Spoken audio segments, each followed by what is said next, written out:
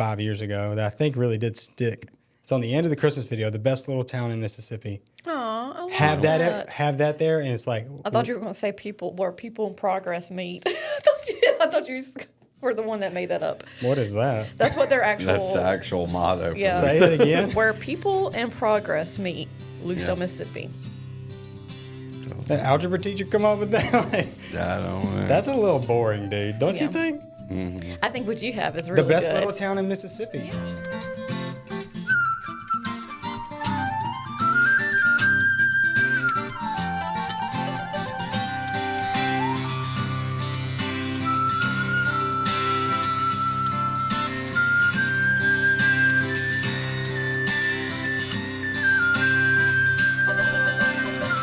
Welcome back to the Brewed Awakening podcast. I'm Forrest, I'm Savannah.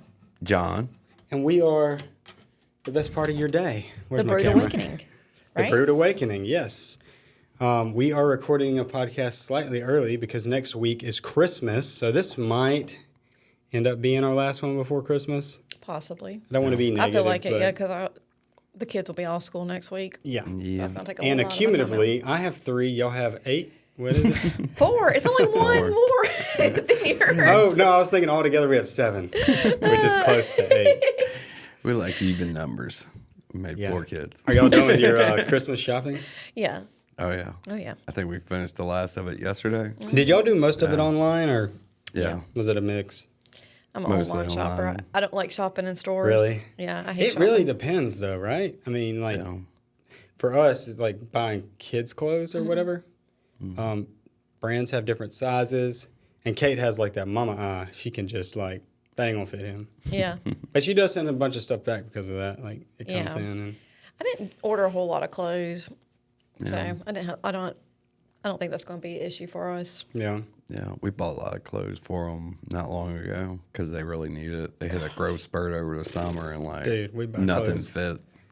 Yeah. we buy a lot of clothes, They probably both grew us like too. 3 inches over the summer. and we give away a lot of clothes because once they grow out of them, what do you do with them? Yeah. Yeah. We got little nieces and cousins and stuff, and Hand me downs. half of their families though are like they don't want them because they want to buy their own clothes. Yeah. I take hand me downs Sure. all Yeah, day some long. Some white privilege for you up in People, here. if you have clothes you want to give me, I'll take it. For me, my kids, whatever. Ain't nothing wrong with hand-me-downs. No. I grew up on them. Well, that's how and I'm not going to name the family member, but you know who you are. If you know, you know. But like, we don't buy. We buy like nice clothes. So if you get clothes from us, you pretty much getting off the rack. Yeah. And you know, like none of them. We're not going to give you something that has a hole in it or burned or whatever. Which we have a lot of that going on. My son, do you know those little caps for the guns? Yeah. Those 6 or 8 shooter caps. Yeah. One of those was on the floor and he was crawling around and the friction from the floor and his leg made it go off. Oh, my God. Made that gunpowder or whatever. It's probably not gunpowder, but it's some kind of Did it hurt flammable you? No, I powder. think it is. It burned a hole through his pajama pants and then into his leg. Poor thing. And we were just like, we could smell smoke. He was screaming with this black, like, hole size, and it kind of had the shape of the cap thing. Yeah. And then we were just like, Trying to figure that out. trying to figure that Like, what happened here? There's smoke. I'm just like, On your leg? what did you do? We're thinking, oh, Christmas lights. I don't know. Like, there's just some, you know. Yeah, trying This to. is Yeah. yesterday. Oh, really? Oh, man. That's a crazy feeling whenever you're trying to figure out what happened to my baby while I wasn't looking. I know. Yeah, and that's the same one. He's very accident prone. So currently he has a scar here, here, and here. So, and he broke his femur. Oh, Ooh. man. Yeah, I remember that. So, yeah, I was carrying him around for 4 months, but broke his femur. His sister decided it was a good idea to strap the bike to the go-kart and pull him. Oh, that sounds just And like we have this loads of fun. Yeah, we have we have this giant yard, right? Yeah. And the only thing that's like hard surface in the yard is a little bitty circle driveway. Of course, he fell on the circle drive, not in the grass. Like he fell on the asphalt. It's asphalt driveway. Yeah. And then his brother Hagen, you know those little umbrellas, like just a small umbrella, and it's all compact. He Yeah. decided he looked across the seat, held it in his face, and then pressed the button. Why did he do that? He has no idea to this day. Why would you do that? I don't know. Yeah. I love those answers because they really don't know. I think they really have an impulsive feeling sometimes, and they just like hit their brother or whatever. Yeah.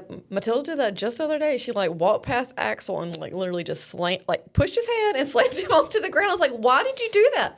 I don't know. I was like, okay, don't do that. How old is Matilda? Matilda's 5. Yeah. Yeah. And then Axel's 3. Axel's 3. Oh, he'll be 3 next month. Yeah. That's the perfect age. Oh, they're so much fun. Is it? I'm talking about age gap, like that 2-year age gap. Because Yeah. you're just old enough to be like, I'm bigger. But not so old to where there's like super disconnect. Like Yeah. they'll play together and stuff. Now it's starting to get into a little bit easier with that age gap. But whenever he was like, that first year and she was only 2 or 3, that was a little difficult because she wanted to pretend he was her baby doll or something. Oh, yeah. Harley Joe did that with Hudson. Yeah. And you would just be like trying to wash dishes. And you turn around and you're walking away with him. Yeah. They're trying to give an old bottle to the baby. Oh, yeah. Got to Yeah. keep them old bottles away. Yes. Trying to feed them like chicken nuggets or something. Evie and Marley, they're 22 months apart, and Evie definitely babied Marley, took care of her. But speaking of Scary. accident prone, Hudson, the same kid, rewind when he's like crawling. This dude, I swear to God, and we're at my mom's, he gets in the cabinet and finds the rat poison block. Oh. Yeah. Dang. And decides he's going to take a little bite out of this thing. Oh, really? Literally, like, imagine turning and looking. He's sitting on his butt, and he's got it like this. And you can tell he's bit a piece off. It was terrible. Especially, I mean, obviously, we get the number off the box. There's a number in big red letters. We call that number. And they're like, is he exempting these signs? We're like, not really. But Kate and me are just like, who cares? We're going. We get in the car and go to Women and Children's, and I don't even remember what they did, but Yeah. they were like, he's clear to go. So it wasn't. Okay. Yeah, he was okay. But still, I'm just like, This is rat poison. is this what I've got to look forward to with you? And it was. It was a sign of things to come. So Only gotten easier, right? the femur one was the worst. It's the biggest bone in your body. Yeah. And I then can a imagine. 5-year-old breaks it. Yeah. So anyways. All right. So we're going to do something a little new today. And if it sucks, if it's not good, we'll never do it again. Okay. But I'm taking a little page out of some other podcasters' books where they do just like little musical sections. And this one, the song that I just now decided I'm going to do, is very appropriate to the current conversation. So I think you guys would like it. And maybe we can incorporate, like, afterwards, just tell me what you think about it, how you interpreted it, your thoughts about it, that kind of thing. Cool. Let's do Cool? it. Yeah, All I like right. this. John's going to look into my soul. I'm going to try not to look at John. I've also never mic'd up like everything's recording. I never mic'd up a guitar on this. And this is not for music, so we're going to see. Nice. Don't look into my soul, John. Here we go. Too late. I'm already there. Rent free. All right, I got to get the key in my head. Here we go. Well, I remember smelling smoke. I woke up, I was choking. Lori grabbed the baby and we made it safe outside. She never missed a note. Took a breath and cleared her throat and wrapped him in a Carhartt coat she found out in my ride. Next thing I remember, I was barefoot in December. When I hit the door again, it really came alive. That was all she wrote. In a 30-second note, I got out with a photograph in my old autopilot. Lord knows that I've been blessed. I can stand up to the test.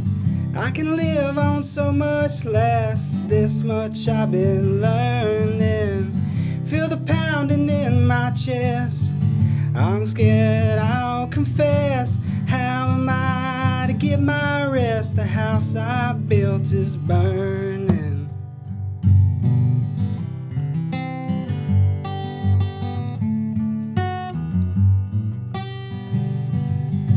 Lord, call the volunteers, siren music to my ears.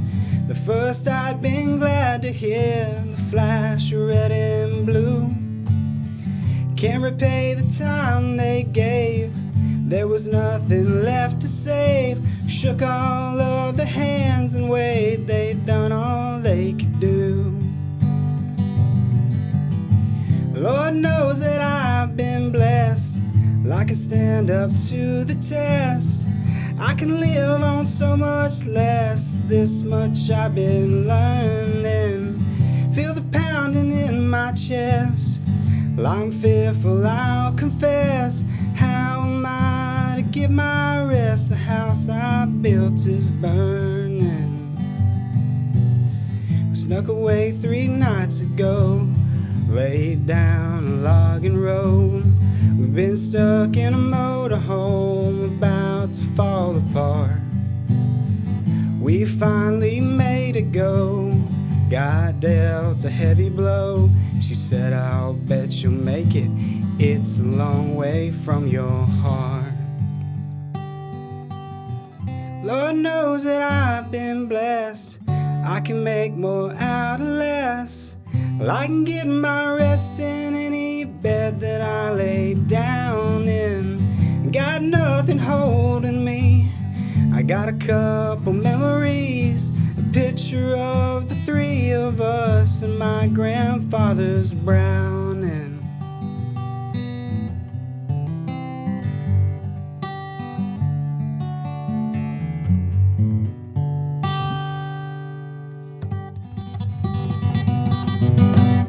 Nice. That was All right. really good. Dude, if you watch that and you know that song, I screwed up the chord progression 2 times. No. So I don't thought be- that was original. Yeah, Don't I was be- I wondering. was like, dang, man, get yourself a record deal already. Right? No, I got some songs like that, but I kind of wanted to bring up this artist too. That's a very beautiful song. Yeah. Very beautiful. Sorry, I turned down your mic. It's okay. I need that one turned off. Okay, cool. Well, I appreciate it. That is performance only. I did not write that. But it's funny that we started talking about the house fire. Not the house fire, but fire in a house. Yeah. But you sounded great too. Well, I appreciate it. That was very good. I don't have that Chris Stapleton voice. It's more high. So Yeah. Is he the one that sung it, or no, it's the Turnpike Troubadours. Have y'all listened to them? I think I've heard about? Yeah, I've heard They're them. really good. Yeah. Yeah. And that song has always resonated with me. I also watched my in-laws' house burn down when they were my neighbors. So it's like I kind of understood what he was saying in some of those parts because my father-in-law was working, and he like got on the phone with him, and he was like, "Well, look, man, if it's already ablaze, just don't worry about it. But if there's any way you can," he had just got done cleaning all his guns, and they were sitting on the floor in the living room, like just like rifles across the floor. And weirdly enough, they were on towels, I guess. Yeah. And I went in there. Just rolled it right up. I rolled it right up, and I brought out all his guns. I mean, it was a lot of guns, and they were hot. They weren't like where you couldn't touch them, but they were like really warm because the rooms around the living room, that's where the laundry room was, and that's where it started going ablaze. Dang. That was a terrible thing to witness. I bet. I've been through 3 house fires. Oh my gosh! Why? Well, Let's hear about this. Right. Now Stop that we're playing on- with matches Now that we're on already. the subject of house fires, Savannah's really got the stories. whenever I was a kid, my house burnt. It was an older house, and there was faulty wiring. And we were at church, and that one, when that caught on fire, and that was crazy as a kid because losing your stuff. And we had live in a travel trailer in our backyard with me and my 2 siblings and my mom and dad. So that was fun. And we did that for a good little bit. And then my brother's house, he was living right next door. His house caught on fire. They said it was a candle on that one. And then I was living with my ex-mother-in-law and father-in-law. And I was actually at the house in the house when it caught on fire. And they were all gone. And I had to call and let them know that their house was burning. And that was really... that was actually very hard to watch. But Did you know about this Oh, yeah. before y'all got married? Yeah. I'm joking. yeah. What is your protocol now? Like, are you pretty weird about candles and things? No. I still use candles. My mom don't use candles, but I still use candles, and I just am, I guess, more alert about it. Like Yeah. I'm probably more scared of a house fire than she is. yeah. I'm just like, 'Cause oh, I'm always it like, what's up happens. with all this dryer lint? I was like, yo, I'm burning this place down.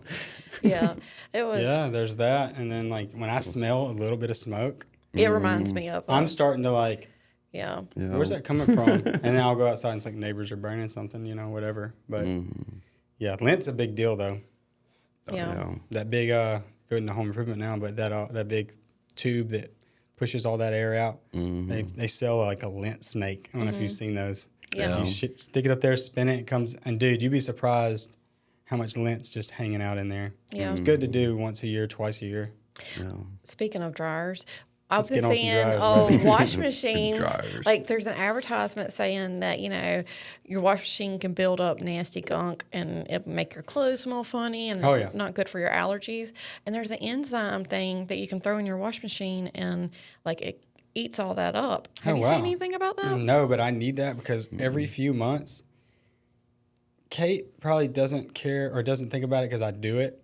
But I can't stand. If I open the washing machine and I see gunk and stuff around anywhere, I'll be deep cleaning this thing. Yeah. So I deep clean it. But yeah, I would love to know about Like this. it gets underneath the where you can't reach. Where you can't see. Yeah. And it's just like a underneath the little bowl. A little thing or something. Yeah, and it has enzymes in it that actually eats away at that bacteria. That makes a lot of sense. Yeah, It's it's kind of really funny cool. that it's just now come around, But I almost bought one this morning actually, but It reminds me of I didn't. the waterworks here in the city. I don't know if y'all probably didn't, but we did a little podcast with Al Jones talking about some new stuff, and he talked about those barricades yeah, for the Christmas parade. that was really But nice. one of the big things he said, honestly, our biggest expense this year or between now and next year are this enzyme company who's bringing these enzymes to go into our sewage.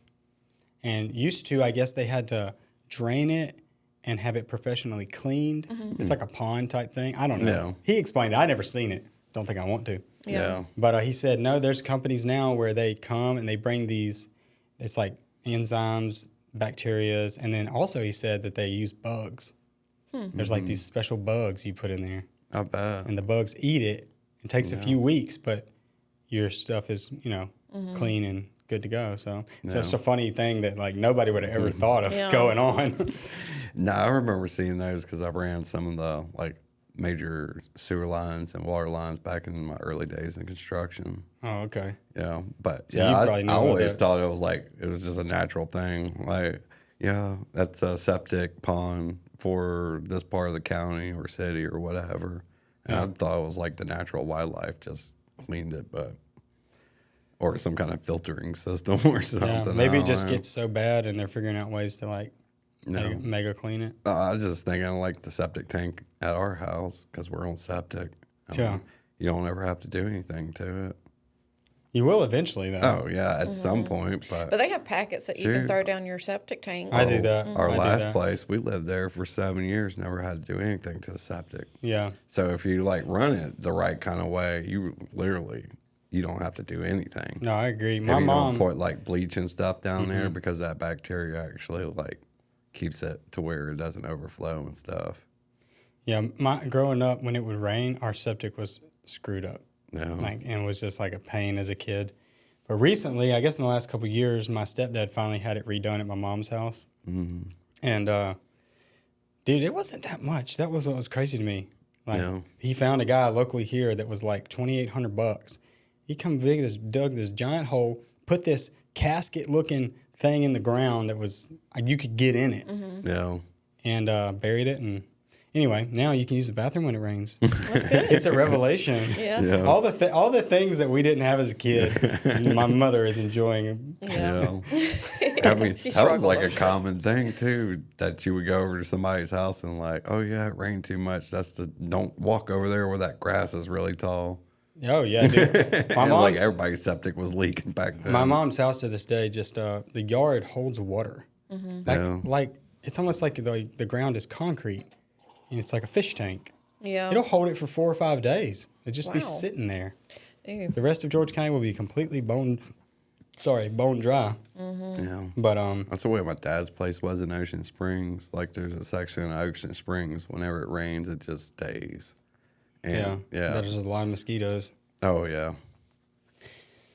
Oh, anyways, so I want to piggyback off of the song, and I want you to tell us your story about meeting B.B. King. Oh yeah. Yeah. So I was 15, and I was working at the Isle Capri Casino as a busboy, and B.B. King was having a show at the Coliseum that same night that I was working at the casino. So I didn't think like B.B. King, I would cross his path because he's at the Coliseum. But sure enough, like I think it was close to the end of my shift, so it was around like 1, 2 o'clock in the morning. I guess his concert was over, and I hit the elevator to go down to the parking garage to throw the trash out from the restaurant. And it's the type of elevator that had doors on both sides. And I'd never seen the doors open on the opposite side of the elevator. Like, because our side was the employee side. I guess it was some kind of like VIP, like magical escape entrance or something on the other side. But I got on the elevator, and sure enough, the other side of the doors opened up, and it was B.B. King, and he was in a wheelchair, and he had his group around him, and them doors opened up. B.B. King said, "Hello." I said, "Hey." And then his guy said, "You can't take the elevator right now. Sorry, man. You're going to have to wait on the next one." I said, "That's cool." And then the elevator's closed, and he was gone. Cool. That's so wild, man. It was the wildest thing because I did not plan on, like, I'm going to meet B.B. King. Yeah, for sure. That's funny, dude. That's cool, though. Yeah, I never met any famous blues artists. So I'm pretty jealous about that story. But even that little interaction. Yeah, that's all it was. Hello. But I do have one story similar, but a little bit different. So in Meridian, I forget the name of the music festival they used to have, and they might still have it, but I kind of doubt it the way Meridian's going. But they used to have like a country blues and folk festival. And me and my friend Freeman drove up there from Hattiesburg, and Freeman and all my friends in college were from Meridian. So I went up there all the time, but we were just hanging out, and then somebody said, and I can't remember who it was, but they said something like, hey, Robert Plant's at Wadman's. He's about to play. Ooh. Like it was not a scheduled thing. Yeah. Nice. Now, Robert Plant is, I don't know if you know, but Robert Plant is famous for having like an affinity to Mississippi. He has a house in Clarksdale. I didn't know that either. He has a house in Clarksdale, which is his, now I believe, you guys can check me on it, but at one point recently it was his permanent residence. Wow. Like that's where he was Are living. we about to take a road trip? Let's do it. Are we about to just roll He has up the like, prettiest where's hair. he live? He does. So anyway, they're like, Robert Plant's about to play. And so at Wadman's is the oldest restaurant in Meridian. And it's kind of like how Landmark is now. Old mahogany, wood, just old restaurant. Really good. Not a big place. So, and Freeman used to work at Wadman's. So that's another cool part of this story. He's like, hey, we're going to go through the back. And so there's like a back door that kind of comes in. It's not a kitchen door or anything, but it's a back door. So we come through the back, and there's already like a flock of people. But, you know, we get over here in the corner of the bar and kind of just like shovel up, and got to see Robert Plant play acoustic guitar, play a couple songs. No. I think him and his band, I forget their name, the Amazing Shapeshifters. I think they were like playing the festival at some point, Nice. headlining a night or whatever. Yeah. And he's just in town and That's so cool. popped in. But Yeah. the thing I wasn't expecting in my head, you know, and I've seen Robert Plant as an older person on YouTube playing with his band, obviously, but like it ain't the Robert Plant you're thinking of. No. He's up. I didn't realize how old he was. Yeah. I guess is what I'm saying. Yeah. I imagine. And his he's voice, he pretty has old. changed his voice too, because you got to think like Oh, yeah. he was one of the highest pitched singers, maybe other than like Freddie Mercury, you know, in this time span. But he can't do that no more. But he's adjusted it well, I think. So. Yeah, that's pretty cool. It is really cool. Yeah. And did y'all know that Led Zeppelin's first album, Zeppelin 1, do y'all know it's a blues cover album? No, I didn't. I didn't know that. The songs on it are all like Robert Johnson songs, Muddy Water songs. Nice. And they just do them so well that you think it's original. yeah.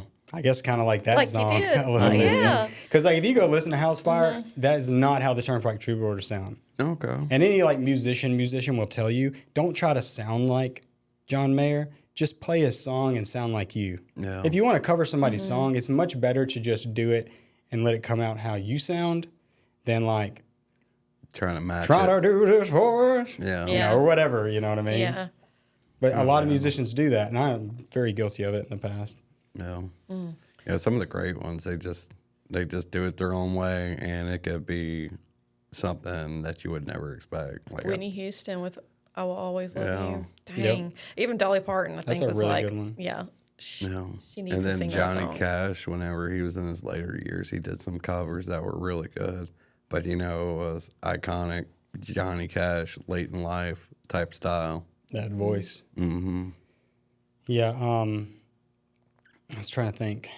There was I know what you're talking about. He did like I think it was an album that had a bunch of covers Yeah. on it. Like he might have even done something like, and I'm just throwing this out there, like modern band stuff, like Alice in Chains or something. Mm-hmm. Maybe not that, but I don't know if he went that far. It was, I want to say he did something though. yeah. But yep. Yeah, like Hurt. Hurt was a great song he did on that album. Yeah, I kind of like his his newer, older. Him in his elder years better. No. Than, I liked his, what they call it, the outlaw years, where he's basically running with Chris Christopherson, Waylon Jennings. yeah. Yeah.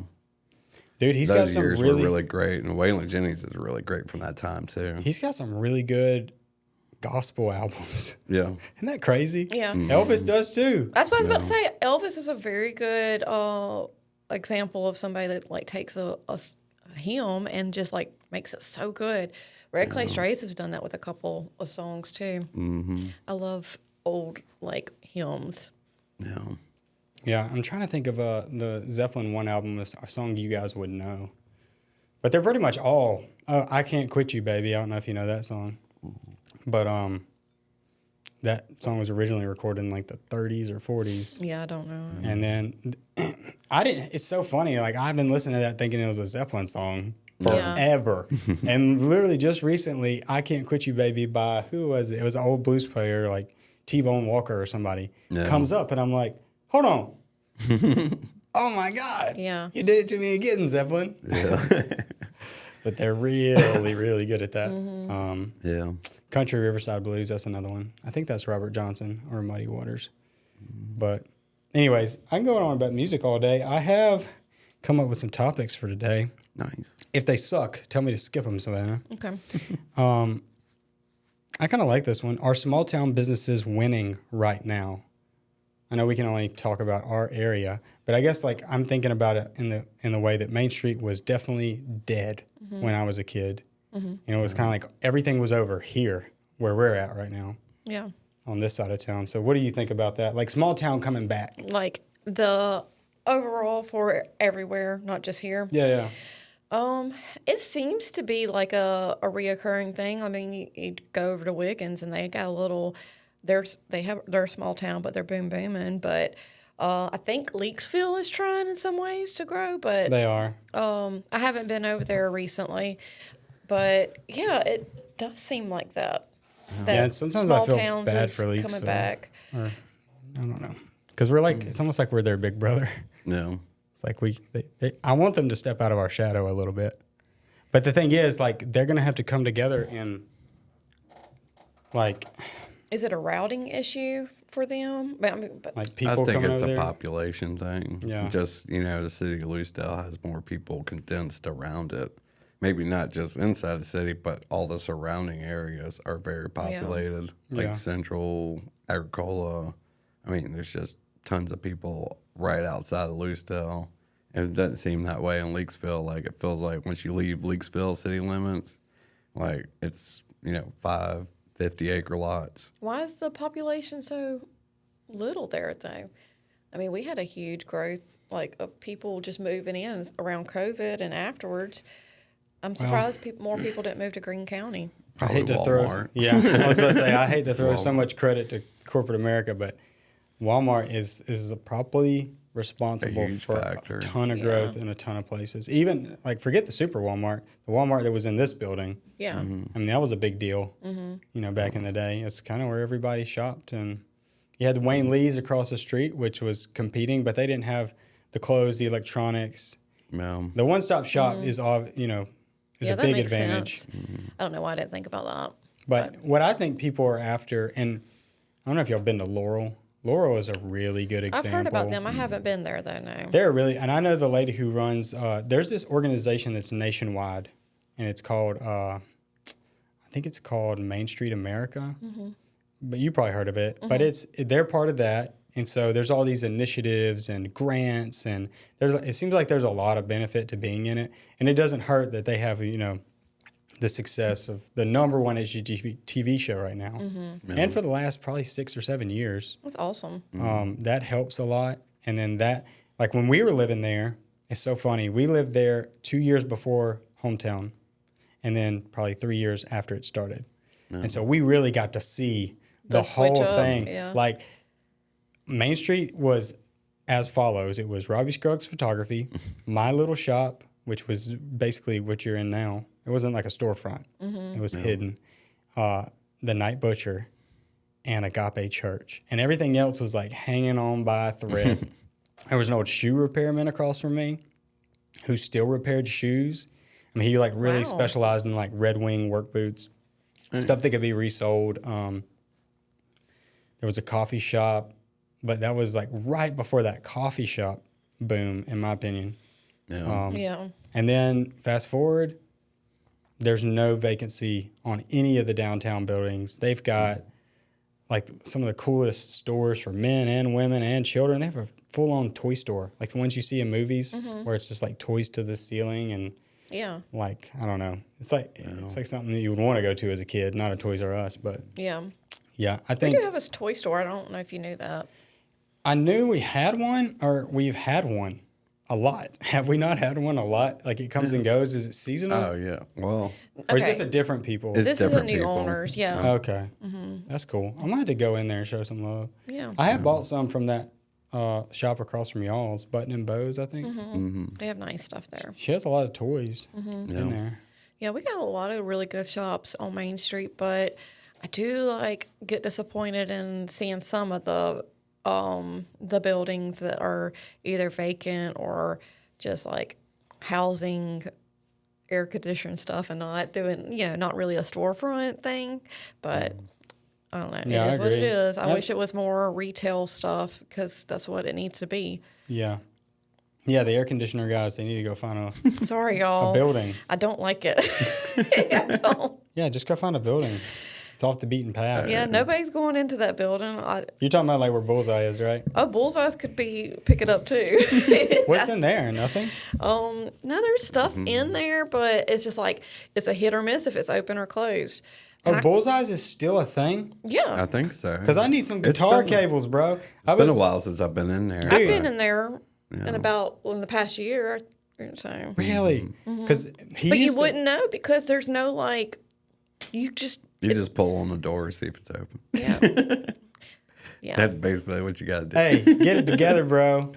You know who it is? At least No, busy. well, I get it. Yeah. But no, you're not too busy to put an open sign. I'm sorry. He is running that Bullseye, No, I shooting know. My range. friend but- Clay, if he ever sees this, my friend Clay used to work for the guy, and he really liked him. It's awesome. And I would go in there and hang out with Clay in the pawn shop. Yeah. And I will say this, like when Monk's Music closed back in the day, he really picked up the torch on selling music gear. Oh, really? And there's a topic I do want to get into. We could probably just bridge into is Peavey. You know Peavey? No. Oh, man. Okay. Do you have a dream where, like, if you guys were just to hit it big and, like, in 10 years, you're multimillionaires with, like, a big coffee brand and you're at the point where you can, like, buy other businesses just because you want them to live on and you want to have fun? No, yeah. What would you buy? Oh. I'd probably create stuff. Create something rather than buy it. Well, I'm with you on that, but there is one brand that I would love to purchase and bring back to the United States and back to its rightful home right here in Mississippi. The biggest amplifier, music Oh my God, equipment yes, brand of all Peavey. time No. is Peavey. No, yeah, Peavey. Started and based in Meridian, Mississippi. They had a factory in Leakesville. I don't know if you knew that. I have actually been to it. That's where they made their guitars. Yeah. And their guitars were awesome. Guess who played their guitars? Guess who B.B. endorsed? King. Well, no, B.B. No? King played Gibson, but this person endorsed their guitars his whole career. Eddie Van Halen. Really? You want to talk about that famous guitar with all the splatter on it? That's you guys tell me in the comments. It's a Peavey. It's not a Raptor. I had a Raptor. That is such a good idea. But Peavey, here's what happened, and I don't know exactly the story, but like they sold out to China. Like they sold the business to China because they were along that China coast is where manufacturers who were starting to get the lower prices were kind of going over there to make their stuff. Yeah. And I think his name's Hartley Peavey, just kind of was like, look, we've been doing this for 60 years. It's just so We made a lot of money. And it really hurt a lot of people. To me, it was more than just like the people losing their jobs, and I get it. That was a big deal.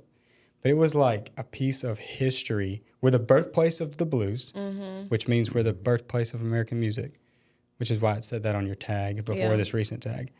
And we had the number one brand of really PA speakers, amplifiers, and they were getting into guitars. And they sold a lot of guitars. They had awesome guitars. Man, that's a it'd be huge like having loss. Gibson. It really is. It is I a agree. huge loss. Yeah, I agree. And I think it would be something that could be purchased because they're still tanking. Because I think the problem is like Peavey was always making, like all church speakers were Peavey. All concert like they were making big equipment, like stuff for arenas, stuff for mega churches. And then that guitar amp over there, which is a classic 32 amp. And that's something else I'm proud of. Yeah. I mean, I hate that the company went out, but I bought that in 2009. And that was 3 years before. I think that was 3 years before they sold. So now nothing has the stamp anymore that says "Made in America." No, okay. You can still buy Peavey. Yeah. But that one right there was assembled in It's Meridian. so cool looking. That one was assembled in Meridian, Mississippi.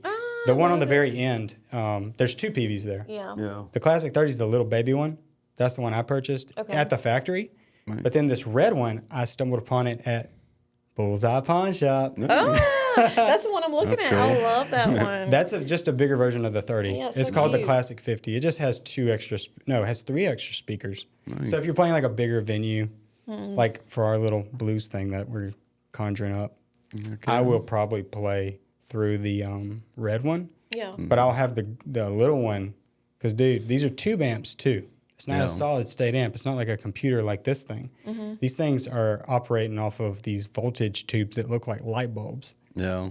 That you can't touch. Like they have cages. You should see it. Like Yeah. I turn around, turn on, these things light up. Yeah. You've seen like tubes.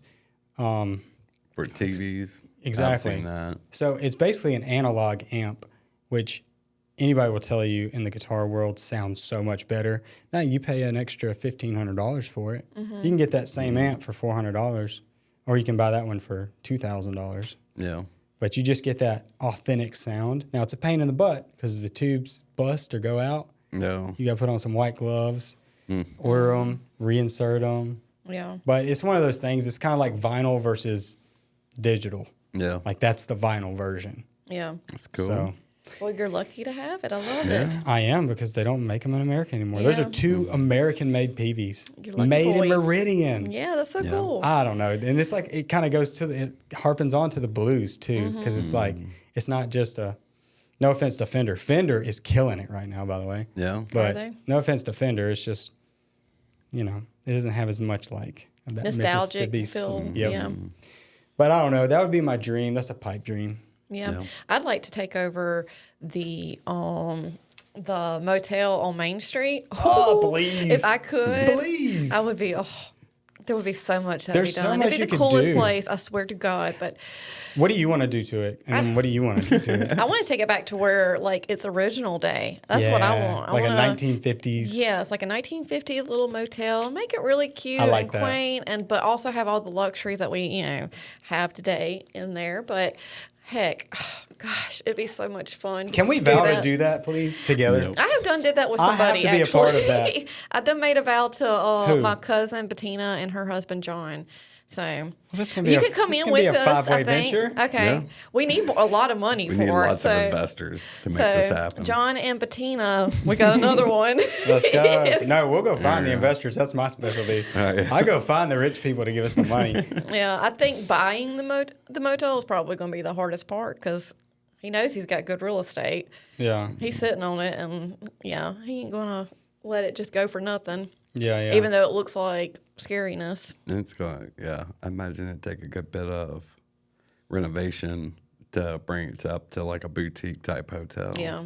Motel. I think he's done some renovations, but that place But it's was so in small. bad Like that's shape. one thing that is in our favor. It's not like huge. Mm-hmm. It's not like you're buying like the Holiday I think Inn. it's so cool. They got that like second deck up there. Oh my gosh. Like, man. Utilize that thing. Well, now that we can have That'd be liquor, like the now that we can have coolest liquor and little all, like you spot. could have the top floor. Yeah, it could be like a tiki bar. It could be a bar, Mm-hmm. and then so that's what I was kind of thinking. Like either go the boutique hotel route, or go the boutique shopping center that looks like an old hotel. That's just like and you Yeah. you could like say, okay, we're gonna have 11 rooms, so we're gonna leave these 5 rooms empty, Yeah. and these could be like little boutique businesses or whatever, and then that's that interesting. top right one could be the bar, which is open to the public. Yeah, I like that idea. You know, and you so you Clever. got public people just hanging out up there having a drink after work, and then you got Mm-hmm. And- the passer-throughers Yeah, hanging out with them. creating traffic. Dude, can you imagine like an acoustic art, like your cousin up there playing a little set list? Yeah. I mean, dude, cool. I see it. You know what I mean? Yeah, I could see it too. It's I exciting. think about it randomly when I see it. I'm like, oh my Too God, I wish I often. could. That's Yeah. what dreams are made of, dude. We need to Right. do that. We really do. Because who else is going to do? Who else is going to do all these beautiful Lucedale dreams if us? Well, we got to make we don't money. do it. See, people need to like and subscribe our podcast Yeah. and be like, buying our coffee up at opossumcoffeecompany.com so you can make us rich so we can start putting back into our little cute town. So that you can come visit it. Yes, because it is great here. It is, and it's a Maybe good we place should to just visit. do that in our own way, like the Ben and Aaron thing. Yeah. They just became, and we're kind of doing that, but they just became like, of course, they went through the route of HGTV. Yeah. So Well, we don't have that. we don't have that. Call them up, We're banking Forrest. on our friends out there. Call Bro, up HGTV right now. You got them on you speed could, dial, you right? could, Right. dude. Well, what's funny is like HGTV doesn't care like about they don't. They put anything on, huh? No, first of all, no, they don't do that. But they don't film anything. Yeah. Yeah. It's Oh, yeah. it's a separate company that films it out of Canada, and then they sell their rights to HGTV. Cool. I've thought about doing this lately. You know, we have those 2 episodes of y'all's little documentary. So I don't know if it still exists, but I know some people I could call and ask. What was it when you could make your own show on WLOX and put it on? Do you remember that? Public access. Yeah. I have what? There was a show you could I don't remember like that part, but I remember there being like a spotlight type of thing, kind of like a talent show or whatever on Yeah. camera. Well, that's not what this is. So this is like people in the comments, please correct me because I'm going to butcher the legality of this, but it's some kind of government like broadcast thing that was in place way back in the day probably not around no more. to make it to where I think it is. I think it is. It's just got pushed to late at night. We're not I'm sorry. wasting money on that crap. So you'll see people like well, they don't spend any money on it. That's the thing. But government sanctioned program to where all the stuff on TV cannot just be owned by ABC, NBC, blah blah blah. They have to carve out a certain amount for local stuff, and that's why when you Public were like, broadcast. when you were a kid, you probably did see some shows that were shot on the coast. Yeah. It was like a guy just like I still in see a 'em. boat. Yeah, and they Yeah. get pushed to late at night. All you have to do that is like get in touch with the station and put in the application and show them the content, obviously. Nice. But we could probably get that little mini doc on like local TV. That would be kind of cool. And I know a lot of guys, like older ESPN guys, that's how they started. Yeah. It's like they would get hired as a free, and that's the thing. This TV station does not help you at all with making it. Yeah. Like you just got to bring it. Yeah. Yeah. Like you got it ready to go. I remember watching that show on like Sunday morning. It was about fishing in the Gulf Coast, along the Gulf Coast. Yeah, that's just a public That was access really TV good. show, man. These local guys put it together. They probably hired some videographers. That's so cool. they'll give you the specs. They'll be like, all right, it's a 14-minute slot with 2 2-minute. Do you have to pay to be in that slot though? No, that's what I'm saying. Like, and it Trying might to fill time. they're trying to Sell fill time. ads. Well, and also they probably have to turn in their audit has to show that they gave so much to public access. Nice. All right, I'll be looking into some WLOX stuff or what? Is it WLOX? If you have a contact, I'm going to call my friend Greg. He's the guy I was telling you is the regional manager of iHeartRadio. Oh, His cool. wife is Chera on what's the one in Mobile? Not WDAM, W whatever. She's the dark-haired girl on there. If you've ever turned on local TV in Mobile, you've seen her. But I'll try to see if he can get me in touch with somebody over there. You remember that show we used to watch in the morning? It was like on 25 or something. It usually had like this woman on a couch and Oh yeah. Her name was Courtney Anderson. oh yeah, yeah. Courtney Anderson, yeah, she did a great job. She was on WLX, I think. Was it? I thought it was. I could be wrong. I don't know. But anyway, I do have a contact. If you have a contact, which I'm sure you do, Well, you talked to some producers and stuff before when they came video, Joe. yeah, I don't. Yeah, we've been to the studio too. Yeah, I might. I had the contact of Jamie Doris, which she probably does not know that I have She that doesn't still. work but, there. but she don't work there no more. But even you could call her and say, "Hey, does public access still exist? How would you go about it? You know, yeah, I might could ask dig her. a little bit." I But should have got Wesley's number while we were there. I like Wesley. dude, in truth, I have like 4 or 5 documentary series I've done like that. Yeah. They could just I clock up love that there. idea. Yeah, Public access. public access. And maybe we can put a little stinger in there about the podcast with a barcode, like scan this to learn more. No. Cool way to market, but yeah. yeah, we should give that a shot actually. Yeah, I've been actually I haven't done it yet, but I have it on my list of things to do is to chat GPT how to get our ads on like Roku, because I've seen some like local stuff done on the Roku ads, or not necessarily Roku, but maybe Amazon. Hulu, Yeah. There's an aggregator for that. It'll type it in, it'll pop right up. Okay. It's like a website where you put your ad and you pay, and then you just tell it, you click a button. It's like, I want it to be on Paramount, Hulu. And you can even chat GPT, like, is there a way to look at what's the most subscribed thing in this area? Good idea. Is it Netflix? Is it, I mean, I don't know if Netflix does it, but Peacock. I like that idea. No. But yeah, you should definitely do that. Yeah. So that's on my list of things to do, but I don't know where that came from. Yeah, I see local stuff all the time. Oh, public access. I got to yeah. tell y'all about this, y'all. Do y'all know who David J. Maloney is? Yeah. Who doesn't know him? He comes up with the best commercials. But No doubt. David J. Maloney. He doesn't eat until like 10 o'clock at night, by the way. I just Bro. want everybody to know. Finally gets to see his kids. And when his kids want to talk to him, but he's on the phone with you, he will ignore his children. Yeah. That's his commercial. He's like, Yeah. Even if my family calls, they'll have to wait. He actually cracks me up because one time he was saying that I will personally return your call. And then one day he started saying, one of my associates. We would. will return your call. Yeah. And it was, we were returning. I guess I tickled over that. I was like, yeah, you David got too many J. phone Maloney. calls to return. He also got he himself had gotten arrested for public drinking. Driving and drinking. I'm pretty positive. I could be wrong. You can correct me. But Allegedly. So David J. Maloney has a late night show. Does Oh, he? what? No joke. And it's public access. Like he got it put on TV. And I don't know if he's doing it right now. He might have taken a break. He's got music and everything. Look Dude, at he's him. got a band there. He sits there just like We the should late try night to get show. on that show. Bro, he comes on. I mean, he brings people on. Right? David J. Maloney, we want on your show. I'm sure it'll bring it. Come on. We're too cool not to. We're good enough for WLOX 3 years ago. We're good enough for David J. Maloney today.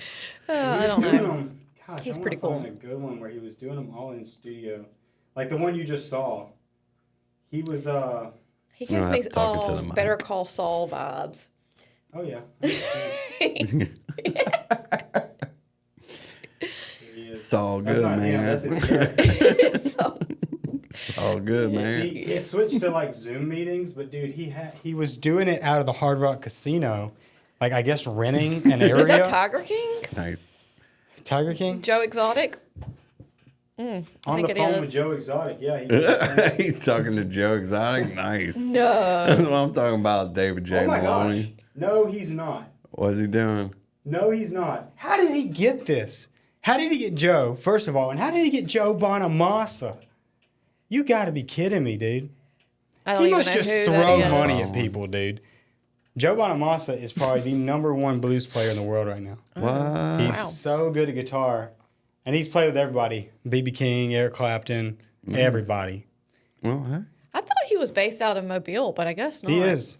He Oh. is based out of Mobile, or at least that was my He impression got a lot of as well. shots of our Gulf Coast, it looked like. Yeah, and he's like filming at the Hard Rock, so. Yeah, like, the Biloxi area. But he has switched. Like he was doing it like at the desk with the cup, and the guests would come in. He had the guy from Dukes of Hazzard on. That was when I Yeah. first saw it. Really? I couldn't believe it. Nice. That But- dude does not sleep. He doesn't. Or spend any time with his children. But it pays off. That's all I will say. I bet his kids have What's very crazy nice to me things. is how many famous people are on here that he's chatted with and hung out with. And 19 views, 51 views, 78 views. No. Really? Yeah, something's going on. I with would his, anticipate it's more, but Well, something's going on with his titling and his. Well, some of his thumbnails are just his goofy looking face. He's got some real like Michael Scott from The Office type vibes in Yeah. his, yeah, in I his could see that. videos. I don't know him, but I overall kind of dig him. Yeah. And I could have swore he was curious. at a wedding I was at one time filming, and I kept telling people, I was like, "Is that David J. Maloney?" And they kept saying no. I was like, "This is twin brother, long lost twin." So Yeah. That's cool. David J. Yeah, let's try. Let's see what this public access is all about. Yeah. I will look Be into it kinda for sure. cool. I need to write it down though, because I'll forget everything. All right, here's one. Here's a subject that goes right into what we're talking about: how social media changed business forever. I think that's a pretty big deal. Yeah. I don't know. Like, can you because do it without it? Oh, yeah. You can, Yeah, but Sure. it wouldn't be effective, I don't think. Like, let's say your new coffee shop guess it over there is. opens up, and y'all vowed we're not going to do any social media with this Yeah. new location. yeah, it's possible, but you're kind of like, Limiting yourself, maybe. oh, yeah. Yeah. A lot. You could be. Making your job harder, Yeah. basically. Yeah. I agree with you on that. Yeah, because you. How you- would it impact sales, though? Like, you think? Well, I mean, I think it would be really rough, especially until you grew to a certain point that word of mouth had spread enough to where people actually know you're a business. Yeah. And there is other people basically putting you online for you. trying to get the word out is so important. That's a good point. So yeah, you can go as long as you want, but nobody's going to know you have a business until enough people like finally talk about it. Yeah.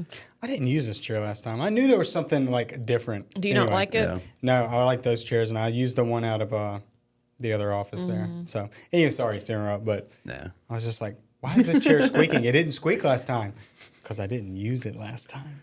You know. But Yeah, I think it's possible to run a business without social media, but it would be quite a struggle. It will definitely give you, like, social media gives you an advantage. Why not take it?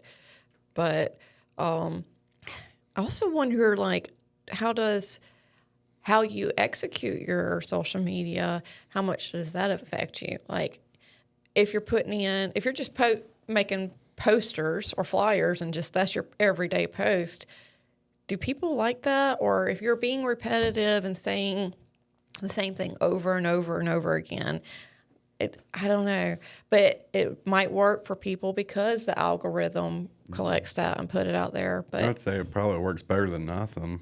yeah, Because at least if somebody hears about your business in passing and they want to go look it up, they're going to find something. yeah. That's true. like the worst thing for your business is somebody go try to look it up and they find nothing. It's like, and they're not okay, going to go. They're Yeah. not a legitimate place then. And where's the first thing you go? Is it the website? go to Usually Google. Google or Facebook.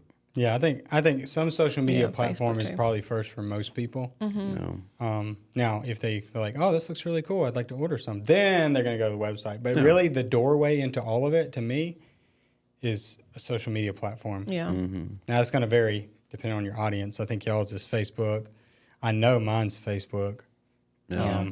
I But still, strategy is huge. Yeah. I think though that Threads might be a a bigger platform than, it's growing. Explain to me what Threads is. I'm going to sound stupid. It seems to be, I haven't played on it too much. I tried doing some stuff and it just wasn't going anywhere. So I was like, forgot about it for a little while, and I looked at it yesterday, and it's like you can go and you can see like, I read comments. I'm a comment reader, and it's really seems like it's going towards helps the comment readers, because you could click on the comments, and the first one that's like the most popular comes up, and you see where there's a lot of comments underneath that. Then you could click those comments, and it's like it literally keeps going on and on. That's why it's called Threads, I think. But Wow. But it's really neat. It can get you in a rabbit hole really quick. But Threads, it's like its own social media platform, or is it attached to one? It's Instagram, Facebook, the Meta, and they have been pushing it a lot, I feel like. I mean, I've heard it, but I haven't. I need to get into it. But you can, it's kind of like, it looks like Instagram, feels like Facebook, but you can also have the, the video aspect of it. And I don't see a whole lot of people using videos. It seems like it's just kind of like, whenever TikTok was like, everybody was like, follow me. That's what Threads was doing not too long ago. And you still see some of that going on. So it's not like completely. Y'all ever feel repulsed about like when people, I like channels that give me value. Yeah. If I look up somebody and he's like teaching a guitar lick and he makes it so easy, I'm like, now why has no one ever said it like that? Mm-hmm. No. Thank you. Subscribe. Yeah. When you give me something, I'm going to throw you some love. Yeah. But when the first video I see of you on a reel is, I'm a small content creator, nobody follows me, you should follow me. Mm-hmm. I'm like, what have you given me? No. And I see those a lot. I don't know if y'all see them. I always fall for or I always subscribe and will start following somebody whenever they're like, day 20 of trying to fix this barn door or something. Anything. I like those, yeah. Or trying to master a kickflip or whatever. Or until I'm able to quit my job and become a content creator. I'm like, this person has a goal and they've applied themselves like, I'm going to dedicate my next days in life in order to improve a craft. Yeah. Yeah. Well, that's definitely worthy of a click. I did do the follow me trend on TikTok, and it did get a lot of people following you, but I didn't really have an agenda. Like, I just was like just throwing it out there just to see what happened, and it really did go, like, I got maybe 12,000 views on it, and a lot of people did follow me, and I don't know. I say a lot of people, like 2,000 people, but it didn't work out in my favor though, because it was like these people, I don't even know if they're really interested in me or what I have to say. That's the problem. And you do with see that. people start dropping off of your following because they're not interested. Well, I've read that it can actually hurt your profile just because like you're not getting those true fans that are coming for that value or that personality. I really feel like I messed up on mine, but That's I'm okay. trying. No, and it takes just a little bit of time to reset. It's not like you don't need to delete it.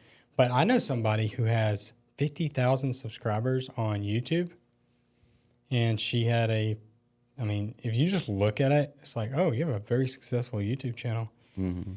The problem is, as I started really getting into it, she has a couple videos that have millions of views. She's local too. She has a couple videos that have millions of views, and it'll go from 2 million views to 28 views, 62 views, 130 What views. happened? See, here's the thing. I'm not saying she did this. Her PR people might have done this because she did have a PR company helping her with some of this stuff. You can buy subscribers. I don't know if you know that. Oh, yeah. Let me just start your camera. Yeah, I've heard a lot about that. And not only is that a terrible idea because that number don't mean nothing. It really doesn't. Like, I'm really satisfied with the number I have on YouTube right now because they're all just like true fans. And they're real people. Yeah, it might only be 2,100 people, but guess what? These 2,100 people, they engage and, Yeah. I know my 200-something followers are totally organic. There you go. It's so much better because the algorithm will pick up on it when it sees that you're based in Lucedale, Mississippi, and all of a sudden 200 people from Qatar subscribe to you overnight. 300 people from Saudi Arabia, and then a bunch of people from Europe. And it just like, it picks up on it, and it will squash your channel. And I think that's what happened to her is like her PR people were just like trying to get her up. Success. And her content's good. It's the sad part. It should just be organically growing. Yeah. And she quit. She quit doing it. Did she? She did. I'll show it to you after the show. That sucks. Just to like, I don't know. I don't want to put her on blast. Yeah. Because I really don't think it was her fault. Yeah. I used to make the show. What a shame. I know.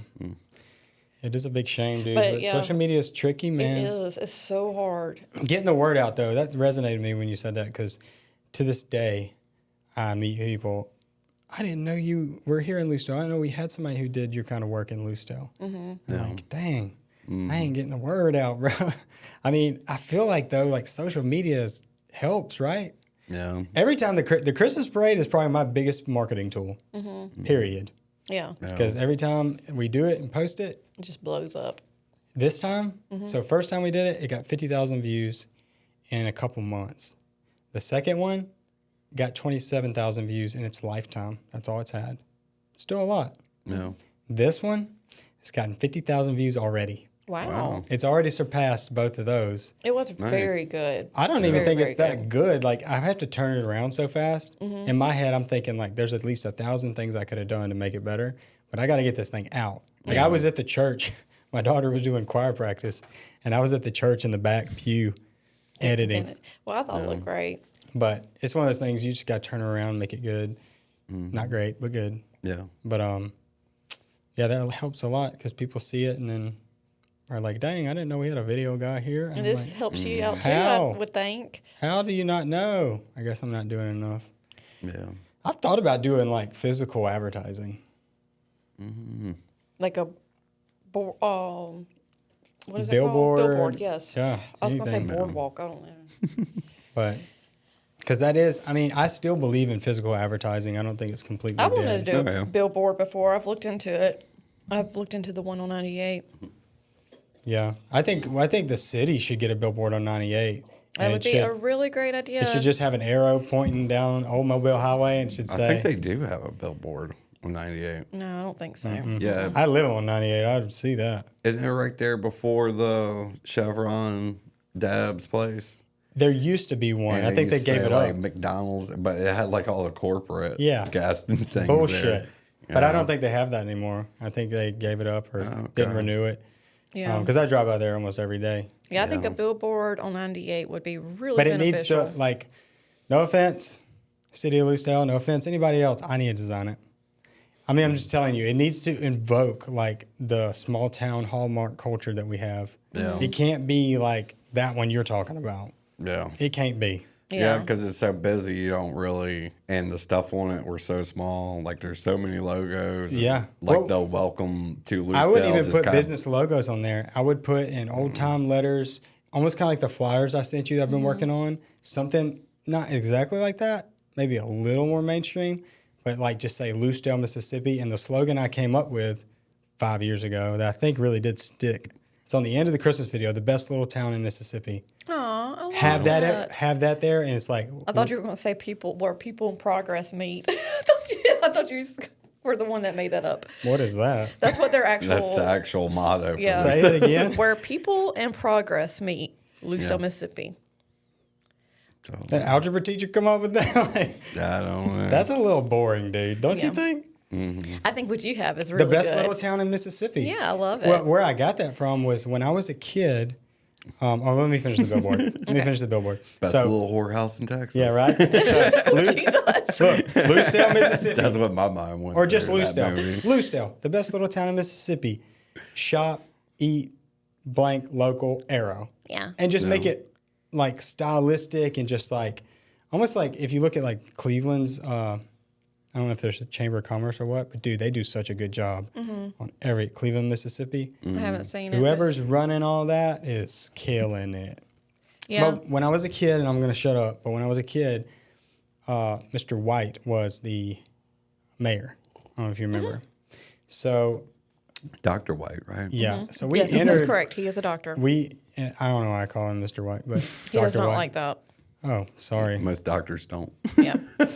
Sorry, pretentious asshole. I'm kidding. Took him a long time to get that title. He was super cool with my family, but I guess he or the city entered us into this contest that they do, and it won the best town in Mississippi. Nice. Oh, it did? Yeah, it did, like back Aw. then. And I remember because I think we went with him, me, my grandma, him, and some other people from the Rotary Club, because she was real big into Rotary. We went to a Mississippi Braves game, and he threw out the first pitch. Nice. Cool. And so I was just like sitting with He him. wrote a and my book, grandma. by the way. Did he? Yeah, he actually was the doctor that would like go to your house and deliver your baby. All right. Are you guys think we are actually happier with more technology? Yeah. I think so. Oh. To me, I mean, we do, obviously we can go down rabbit holes on social media and have those issues, but I mean, gosh, I appreciate the little amenities that I have with technology. Mm-hmm. I don't know if it really affects our happiness, but it definitely makes our way of life a lot easier. Mm-hmm. I saw the other day that there was this towel warmer that you could have in your bathroom, and I was like, oh my God, I need that. And it looks so pretty, and you just put your towel in it, and it warms it up, and yeah, I mean, I like it. I like that kind of stuff. So, Like the GPS on my phone just completely, transform my life. A cell phone in general just completely transformed the way of life. cell phones are great. Because back in the day, you broke down on the side of the road, you were walking it. Yeah. Or flagging somebody down. You were walking to a payphone. I can keep up with my kids because of the phone, the Life 360. I love that. Just being able to know where they're at. Yeah. It just comes down to perspective and how you use the tool. Yeah. Like when cars first came about, I'm sure a bunch of people were misusing that tool. Wrecking and driving drunk and all that good stuff or bad stuff. Yeah. No. Anyway, I just wanted your take on that. I do like to sort of unplug from it sometimes. It's really nice. Yeah. Yeah, we sit outside and just breathe in there, and we got such a beautiful place now. We'll sit on the ground, or I will, and I get grounded. Mm-hmm. I'm all about being grounded, dude. Wind in the trees, It's so nice, but I need to actually leave my phone. I feel like I need to actually separate myself from it instead of having bringing it on out me. there on the blanket. Yeah. But yeah. Yeah, I'm all about the grounding stuff. We can talk about that a little bit if you want. Sure. I don't know a whole lot about it. My friend told me that my son was really well He's grounded. the most grounded person. Because he was just streaking and running around naked. Yeah. He just pours the dirt into it. He really does. Rain the dirt into my head. So I used to think it was real woo-woo. And I think I might have told you all this. I made some video courses for a yoga person up in Arkansas. So I went up there and set up 3 cameras, and it was a beautiful set. Like they built a set for it. And I was trying not to laugh the first couple of days because it was just all that kind of talk. And we did grounding sessions. We went outside, and the guy would, talk about being one with the earth and all this stuff. I just thought it was kind of woo-woo. Yeah. Well, it's really so nice just to sit down and actually listen to the birds and the wind and But when I started getting into metaphysics, it tied it together. It gave me something to kind of ground it to, no pun intended. That's funny. Because this is the way I think of metaphysics, right? We could turn that radio on up there right now and just pick up 106.9 and listen to it, right? Totally. But we cannot see the radio waves. Yeah. Like they're in the room right now. That station is technically in the room right now, broadcasting. But we got to turn that antenna fuse on to actually hear it. Yeah. Well, I think there's a lot more in this world that operates like that than just the radio. Okay. I think it's a lot of things. So it's kind of like, and you'll hear it with all these positivity people. That's like, when you think positive things happen. The whole metaphysics idea about that is your body, and they've actually done this with some real scientific, you guys can correct me on this, but real scientific imaging scans of a person who just watched a really funny TV show like The Office, and then they'll do the same scan on a person who just watched a horror film, and their aura, literally the energy radiating from your body, their energy's different. Like you can just see the aura's different. Like this person's in a high vibrational state. This person's in a low vibrational state. No. And so I think that our bodies kind of work like radio receivers and transmitters to where, you know, and there's all these old sayings that I think we took for granted. Like you get what you put in, you know, you reap what you sow. I think that's more on the scientific level than just conjecture. I really do think that like you are a broadcaster of a signal. And that's kind of where I was going to go with your cousin, because I was guilty as a musician trying to become a full-time musician. I was broadcasting the wrong signal because I had these self-limiting beliefs that like I always had like this weird undertone of like belief in the back of my head that like it's going to be really hard for us to make it here in Mississippi. We're probably not going to. And that broadcast blocked the potential, if that makes sense. Yeah. Did that make sense at all? Yeah, it makes sense. Like, I don't know. Yeah, you're kind of already really giving yourself a reason of why it won't work, so it doesn't work. Because 100%. Because you've already, in your head, You already closed that door. conceded that it's not going to work. Yeah. So you're just going It'd along be crazy for it. if it did, but it's not. It's accepting defeat and being done.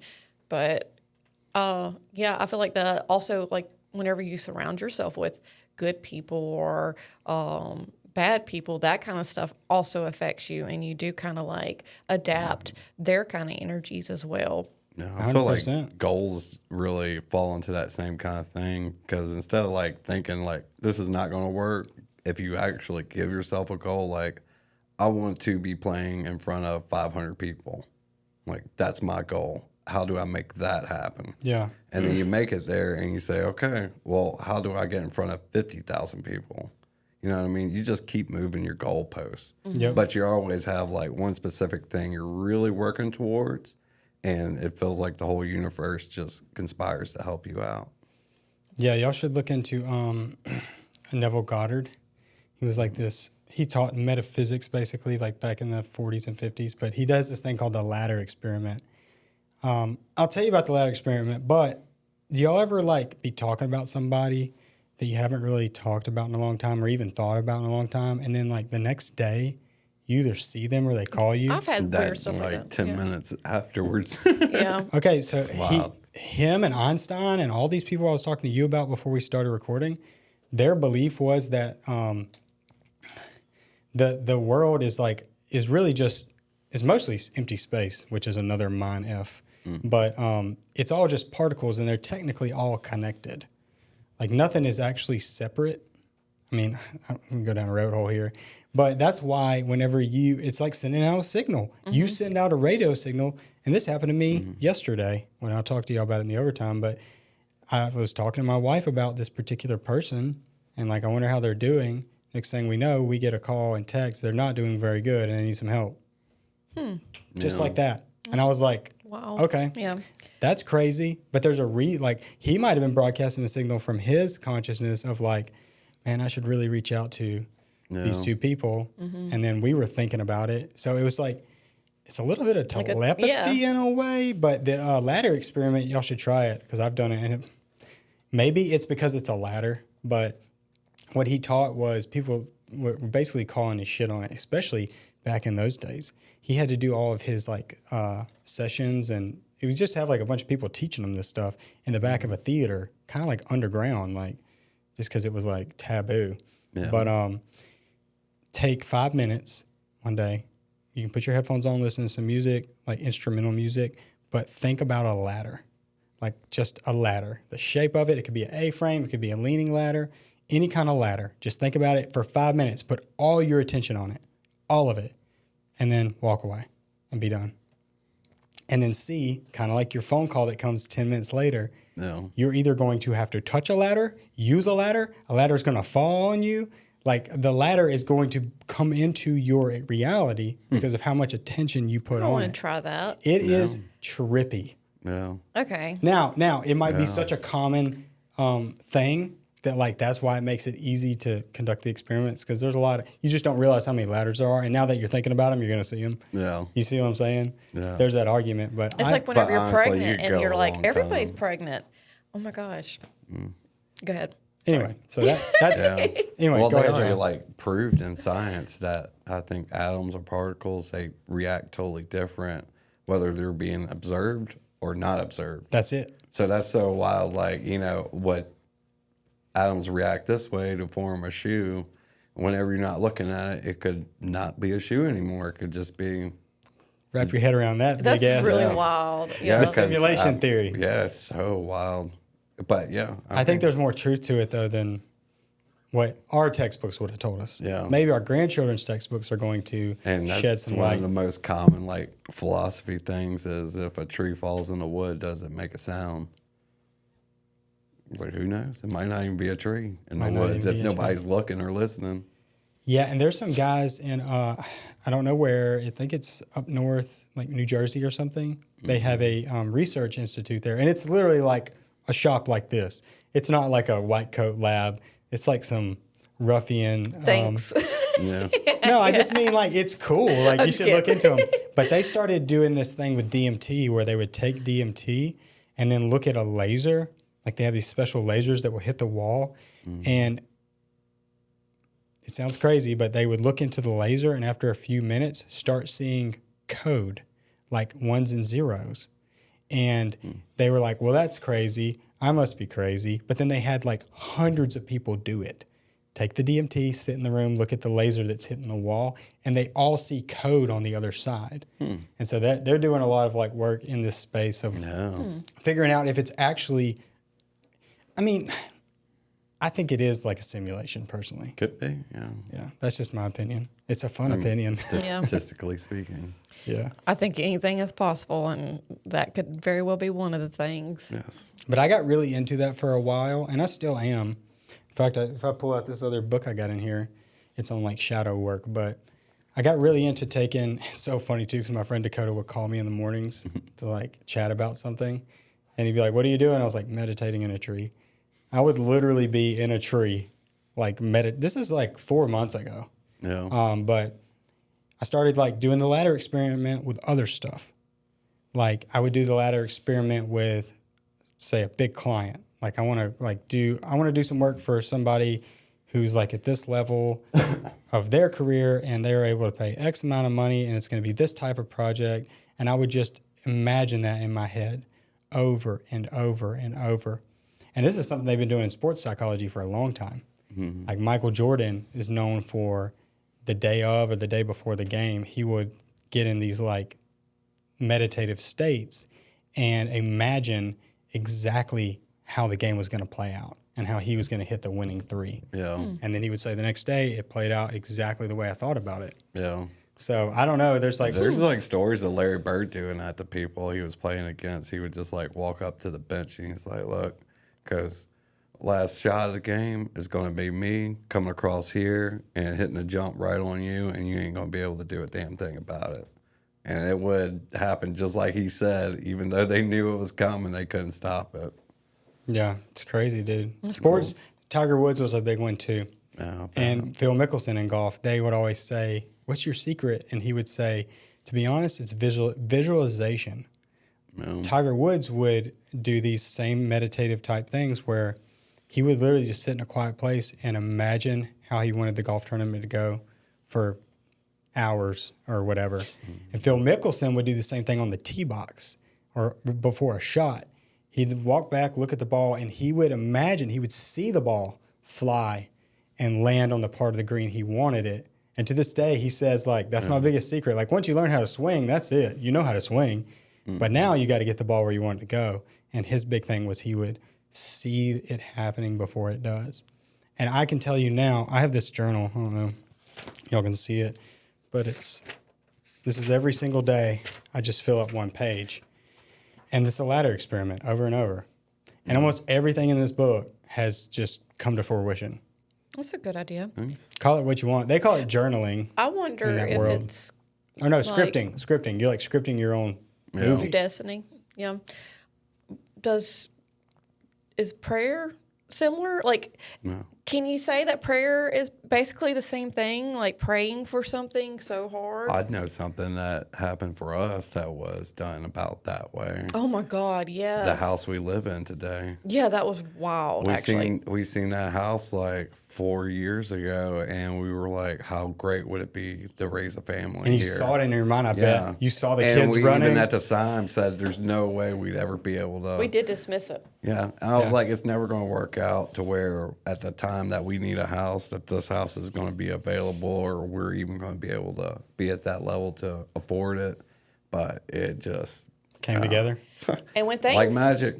When things work out for us, I'm telling you, like, it just works out so good. Like, it's just like there's no hurdles or anything. I think it's all Yeah. thanks to Savannah because, I think she really focuses her mind on an outcome more than, Oh, thank you, baby. it's quite beautiful. And make sure you're talking to You're that so mic. sweet. Sorry. No, you're It okay. is Can you hear yourself better when you're talking into it? It will literally be the only thing she talks about, thinks Yeah. about. Like, you're not even distracting her from it. She is thinking about what it's going to be like when we accomplish this thing. Yeah. It's probably obsessive compulsive disorder. I don't know. I'm so glad we're talking about this, guys, because this is like the cornerstone of everything for me. No. And I think the other thing, too, is like if I went into my church and started talking about this, oh, you want They to would talk not about, like it. You want to talk about some sideways looks? But here's the thing. I think it's more biblical. I mean, that to me, this stuff we're talking about like validates my faith more because of all the things in the Bible that I think people just kind of overlook. They just take it as a verse and throw it away.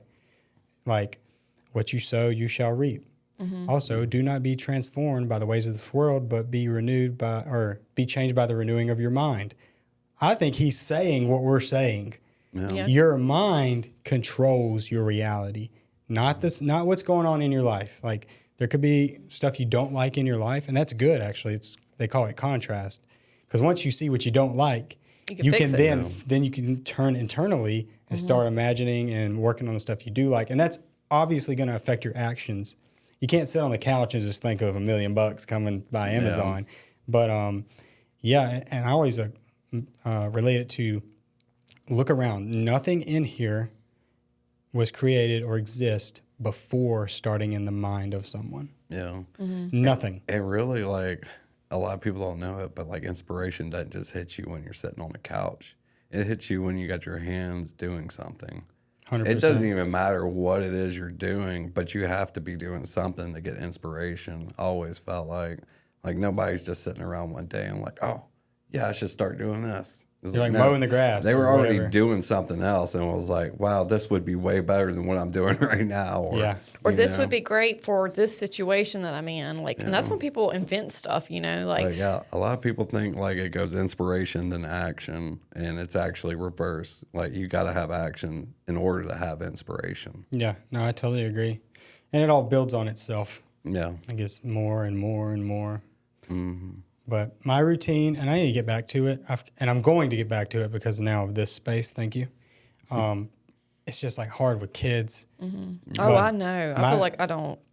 I'll call it my spiritual routine. And yes, I do equate it to prayer because like in my journal, the first thing I do the first quarter is gratefulness. Like I just put, I'm grateful for God and his amazing grace and, all of his intelligent design and, the fact that he gave me talents and my family. Like it goes about halfway down. It's like all the things I'm currently grateful for. You should definitely start with that. I agree. Whenever you're doing that moment, like just realizing what all you do have and taking that in and being grateful for it because you're not guaranteed it tomorrow, but I think that is a very good thing for your own mind because it makes you realize I don't need to be upset. I got a lot of good things going. Like, look 100%. At my life. I could be in a lot worse situation. So. Well, there's a lot of people, too, and you probably know them, that, like, have a good life here in the, the Roman Empire version of, we're basically the Roman Empire right now. America is. Even if your life's, you think it's bad here in America, it's a lot better than a lot of people got it on this earth. And it's like, if you can really wrap your head around that, things won't be so bad. Problems will fix themselves a lot of times. But I do like a quarter of it, sometimes half is like gratefulness. And then the rest is like affirmations, dreams. And dude, I have wrote down some crazy stuff that has just like happened. The biggest one I can think of is I was really shooting for the stars one day. I was like, I'm going to close a deal for $50,000. And I didn't put any, you got to be specific too. And I should have been more specific because it kind of bit me. But I was like, they should have paid me 60, all I'm saying. no, that's not what I mean. I just wrote that down. And I think it was like 2 or 3 days later, I got a phone call from this random number. Almost didn't answer it. And the guy was like, hey, can you meet with me? I told y'all a story about flying to Little Rock. Yeah. Okay, that was that guy. He said, can you meet with me about blah, blah, blah, blah, blah. And I was like, sure. So anyway, fast forward 1 year later, and the project's done, and I shook hands, and that's it. I get my taxes for that and everything else, and I made almost exactly $50,000 in the course of a year. Yeah. So, like, if I'd have been more specific and said, I want to make $50,000 in a week. Yeah.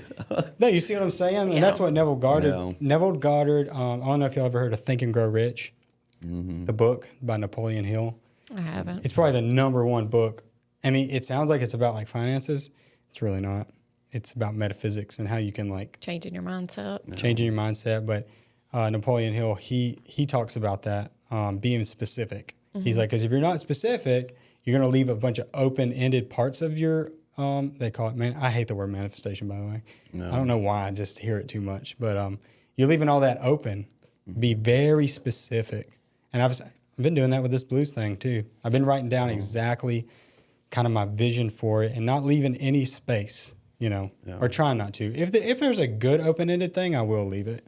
I feel like it's tough to really, like, whenever you're starting out, give yourself a really hard goal, like that goal post.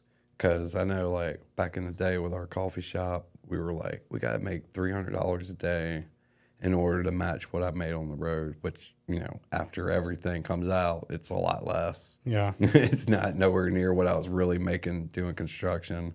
But that was our goal in our head, and that's what we hit. And we were like, no, we should have had like $500-$600 of daily sales in order for It's me good to to change quit. your goals sometimes. Yeah. Like, it's good to realize That's hey, kind of think what you we always look have at. to. If we look Yeah. at like monthly, income that comes in the business, and I try to be more specific about that.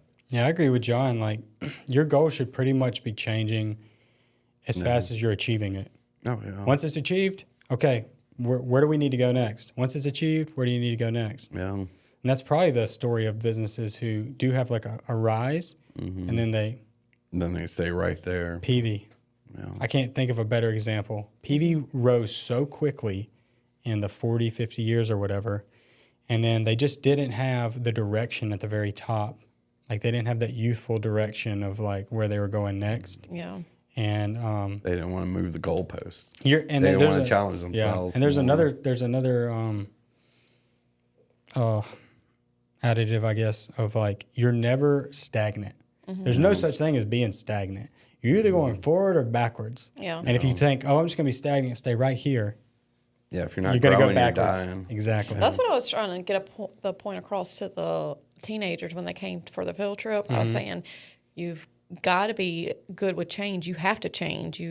All the time. All the time. You have to be like, oh, I need to fix this about myself or fix this about my business. It's very important to keep changing, I think. I know a huge goal for us this year was what we've done with the coffee shop as far as the Christmas decorating. We had that goal like way back in like summertime. We were like, we really need to do it big for Christmas this year. Yeah. I don't know how we're going to be able to afford to do it, but we're going to do it. Like, it needs to be done. Yeah, and it was really Y'all wild did good. because like some of that stuff. So we got that dream house that we wanted, and we sold our trailer that we were living in, and it gave us some spending room money, and that's where we were able to update and do stuff at the coffee shop and do Christmas right. Would y'all say it helps sales at all? Or is Christmas. I don't know. Hard to quantify We've that? been seeing like a 20% growth sales, and we do so much that it's really tough to be like, it was this one thing. Yeah. Because, I mean, we've went to, advertising on the radio with WRBE lately. We've boosted, we've sent out coffee to influencers on TikToks. We've done a whole lot of community outreach type programs. I mean, Field trips. Yeah, just organizing anything different that things. anybody comes, like if somebody comes up to me and's like, hey, can you collaborate with me or help me in this way? I'm usually for it. Yeah. But it definitely probably contributed to it. There's just no way of knowing exactly how much. Because the only way you'll know is only doing one thing and see what happens. And we ain't about that. I think it helped. I mean, you did get one customer from it. Yeah. Oh, yeah? Yeah, my wife. Oh, nice. See, it There we wasn't- go. And that wasn't even really like the goal for growth with the whole, what we've done with the coffee shop. We just thought it would look amazing. See, those are the type of things Mm-hmm. that I do think help more than like I don't know, like I see it as a No, give yeah. back. Like it's something that our community could come to and be proud of and sit there and just feel that feeling, you know, of being cozy and in a cute little coffee shop and drinking coffee. But appearance is a big thing. Like when I cut my hair Yeah. and shave and like walk into a place, I don't know. I just get a different response than when I've got long hair and a beanie. Oh, yeah. It's just the way it is. And the people who own the little bakery down the street from y'all, They do a good job too. I mean, talk about the appearance. That They go place all is, out. I mean, just the way that place looks on a normal day is so beautiful. Have you been in like Landmark's expansion yet? I'm ready to. It's just so packed. I'm It'll- waiting. It'll blow your mind. Like, It's beautiful in there. They do a good job. I mean, I see it. I've walked by it, but I haven't been in it yet. Yeah, it's gorgeous. Yeah, They did a lot of details. Really great job. Yeah, I'm gonna have to go in there pretty soon. Okay, I don't think we're gonna make it to like most of these. Yeah. We've just been going we off just on talk too tangents, much on right? things. Yeah, we talk too Let me much. tell you about soap. Don't overlook that metaphysics stuff though. I have my Audible account is probably 70% that. I don't like. I'm not a big fiction person either, because to me, like, I mean, the Charlie Kirk situation is all the TV show I need.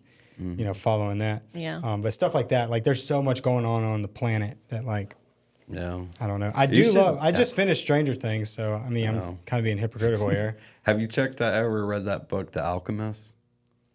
It delves a lot into that, and Maybe. it's nonfiction, Yeah. and it's a fairly short book, but it dives deeply into like basically a guy he wants to achieve his own personal destiny or goal or treasure he's seeking out, and he gets thrown through turmoil. Turmoil. Yeah, turmoil. Something. That's a hard word. It is. Yeah. But anyways, he finds a way to like persevere and make it to the next step. But it's always getting harder. And he always has like points to where life would be really easy if he just stopped right there and settled down Yeah. and didn't try to accomplish anymore. And that was basically, he was telling him like, that's life trying to throw you off your goals. Like by making you comfortable in this situation to where you won't want to go to that next situation and suffer more. Yeah. I'm gonna check it out. The Alchemist. Yeah. I got like 100 credits built up, so I'll get it. That's a really great one. Pretty short. I think it's only like a few Yeah, hours. I like this guy. I've recommended it to a bunch of my friends this is like to lead you in, because if I just hand you a Joe Dispenza book, you're gonna be like, all right, that's a little out there. I'm only gonna listen to one chapter. It's just, it gets that crazy. But there's a guy, David Baer. He basically wrote a watered down version of Think and Grow Rich called A Changed Mind by David Baer. But it's basically just a lukewarm version of like just what you're talking about. But what I really like that he explains is, you know, back in the primitive days, our mind was programmed for this. Your mind's always trying to protect you. Like whenever you have doubt, it's not necessarily a bad thing. Yeah. It's just your mind still in that primitive state of trying to protect you from the saber-toothed tiger. No. And so like overcoming that, because it was very useful a long time ago. Mm-hmm. That type of thinking was very useful because it would keep you from Trying to fight the tiger. trying to fight the tiger. I But could take that tiger. but what No, he you talks can't. about is like in the modern times, if you can get rid of that or not entirely get rid of it, but kind of like overcome understand it, and start shifting your identity, your consciousness. Like I said, I used to think it was woo-woo as crap. Going back to the guy I was filming the yoga, because he was talking about all this stuff, and I was just like, okay, Mr. Yoga Man. Sure. Sure, Mr. Yoga Man. But no, it has worked several. And what's funny is like, I know how well it works, and I'm so lazy. I don't like do it as much. And then you can do it in your own way. For me, the scripting is really nice. I love scripting. And I'll have to show you my shadow workbook too. I think you'll like that. Yeah. I have a hard time just making myself take the time for that kind of stuff. I know I need to be doing like meditating or journaling. Yeah. Because I could definitely use it because I'm like, I don't know. I feel like sometimes my mind is chaotic, but yeah, I don't make that time, and that's the shame. I feel like a lot of people do that. Like they put, their kids or their job or whatever in front of them, and they really need to be taking care of themselves because ultimately, if you're not taking care of yourself, you can't take care of other people. And I would say for me, my life was better when I had a strict routine of 20 minutes a day. Because the scripting takes me about 5 to 10 minutes. Mm-hmm. And then I have like these pre-saved like a mantra? Meditation, verbal led meditation. What do they call them? Mantras? No, not a mantra. It's just like music, and like David Bear has a bunch of them actually, the guy I'm talking about, and I just save them. Mm-hmm. And they're guided meditations. Oh, yeah. I like the guided ones, but then sometimes I like to do unguided. I'll just put on some music. But 10 minutes, 10 minutes. 10 minutes on this, 10 minutes on that. And it does that aura effect where it raises your, this shit sounds so woo-woo. Mm-hmm. It raises your vibration, for lack of a better term. But it makes your entire day so much better. You're more patient with your kids. You're more loving toward your spouse. I mean, I can't even call it prayer, call it meditation, call it, shadow work, whatever you want. I don't care. But I remember I was doing it so hardcore. A bunch of different ways like you could make that happen too. Like, athletes, they run or work out and stuff to get that same kind of, sense of accomplishment, I think does a lot. And I guarantee you a lot of them aren't thinking about running. No. They're thinking about all kind of other stuff, Yeah. But I got to get back to that because I do remember like I was going hardcore, and I was doing a physical side of it too. I was going to the gym right there in town, and then I would go to the park where the disc golf area is. Yeah. Nobody's there in the 8, 10 in the morning. Yeah. And I would just sit there on the ground. I'm sure some people did walk by and were just like, because I got the noise canceling headphones on, listening to my thing. But yeah, my life has been at its peak and best when I'm doing that. Mm-hmm. Yeah. And I haven't been doing that. Mine's been at its best since like me and John got together. I feel like we complement each other so much. I'd say every day's been a little bit better. Yeah, it does get better. Mm-hmm. You're her spirit animal. We really are like each other's spirit animal. Mm-hmm. Yeah, y'all remind me of my my Uncle Phil and my Aunt Lane a lot. Yeah, we are. I don't know. They have that same vibe. They're with each other all the time. They're the one their studio just burned down. I think we talked about that, but I'm just like, wow, y'all are together a lot. They're like, yep, all the time. Mm-hmm. That's how me and John. I don't know. I like it like that though. Yep. Yeah, we spent the first couple of years, or like 3 years of our relationship, though, like mostly apart because I worked on the road. Yeah. But we've been making up for it ever since.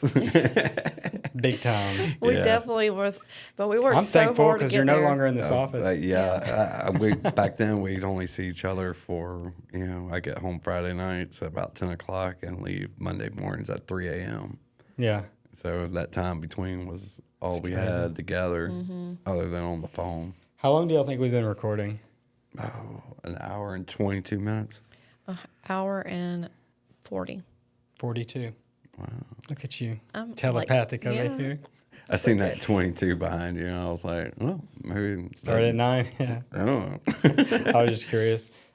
We can start winding it down probably. I mean, some of these other things I might save. Do you want to do like a Spitfire thing where we just go through them real quick? Sure. Okay. Tell me one memory you have about the social politics, forget the word politics, but the social politics of a school cafeteria when you were in school. Does that make sense? Like how that how like, everybody environment, sat and how that environment was. How was it for you, and what do you remember? Oh, how was this it? This is like my nostalgic part. High school? High school and middle school, either or. I don't know. I was always really quiet, try to not be seen or heard. Like I wanted to get my food. I wanted friends, but I had a hard time making friends. So I would have a couple of really close friends, and I would sit with them, or we wouldn't eat at all. We would just like walk around or whatever. So. Gotcha. I don't know. I floated around a lot, so there was plenty of like different little groups. I'd be like, hey, I know him. We were in math together, and I don't know. I've always been comfortable just, I'm going to sit down and start talking to him. Either that or I sit by myself most of the time. I don't know. I could definitely see him. Yeah, it did bother me any to be like, all right, well, I'm here to eat my food, and I'm going to go outside and, hang out. Yeah, I didn't like sitting by myself. How about you? You were all over, weren't you? I think, I was. I think that has a lot to do with your success as a person, is you're unbothered. Yeah. Which goes back into the metaphysics stuff, man. Like if you don't, it's the attention, right? If you give attention to ladder, you're going to see ladder. If you give your problems, I'm not saying you should just ignore your bills or anything, but if you give your problems a certain amount of attention, they will persist. Yeah. But anyways, I was kind of all over the place because I played 3 different sports and I was like the vice president of the art club. I was a terrible student. It sounds like I was a good student. I was a good extracurricular participation person. Yeah. I loved all that. And I would always have my guitar too. So if and when it was appropriate, which in my mind, it was always appropriate to pull out the guitar and jam. Dude, we used to, and I'll talk about one more thing with that. We used to do this thing, Keaton Pope. Here's another shout out for Keaton Pope, the Conan guy. So his little brother was diagnosed with cancer during middle school when we were in high school. Wow. Yeah, it was a big deal for their family. Yeah. Because it was just having to figure all that out. So me, Keaton, Corey, and Bradley, Corey Reed, Bradley Mixon, who, anyway, forget Bradley. Bradley's awesome. I was about to give you some backstory on that. Why? I have no idea. We started this thing called Pancakes in the Park, or parking lot, Pancakes in the Parking Lot. And basically I pulled my blazer up, opened the back. Bradley brought a lifetime table. He was a culinary student, and he still does culinary to this day, which is kind of cool. But he set up like these flat top Black & Decker things and had pancake mix. That's so cool. Me and Keaton would set up a little mini PA on the tailgate, and we would start at, 7 or whatever time. We'd have about 45 minutes to an hour, and we would play music, and he would be making pancakes. That's so cool. And then we had a donation bucket for Keldon.